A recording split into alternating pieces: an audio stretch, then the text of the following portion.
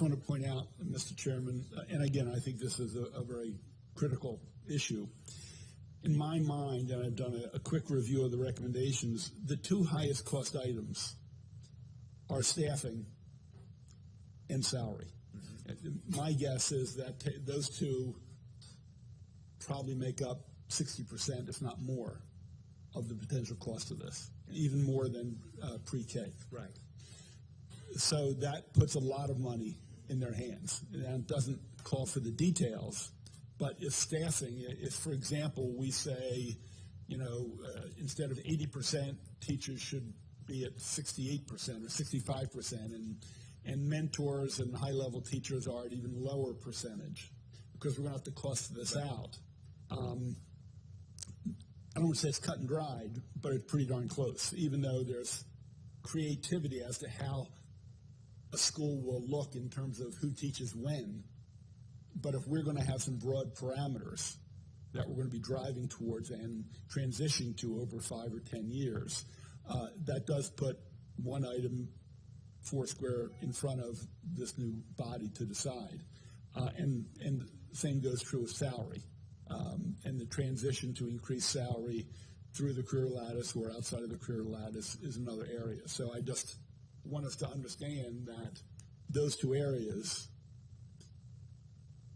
if they are done not as a block grant per se, it puts two large money items under the purview of this new body or existing body. Well, yeah.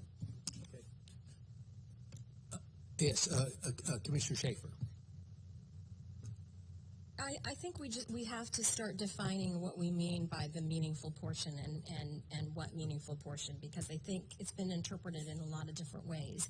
And so we sometimes on this commission we've talked about new money and the accountability for any additional money that would be targeted to some of the strategies we are specifically talking about that are different from what we've been talking about system-wide, statewide in the past, and that has been left up to locals to implement or not implement in the past. Now we're talking about things that these are the things that we're focused on implementation of, and that there will be additional money for that, and certainly there should be accountability towards that. But there are things that all schools have to provide for every student that are non-negotiable.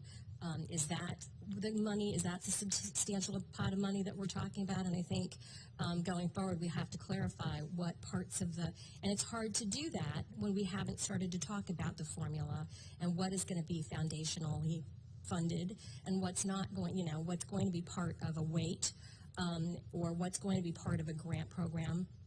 It's hard to make those distinctions at this point because we haven't gotten to that specificity, which is really what you need in order to move forward. Okay, thank you for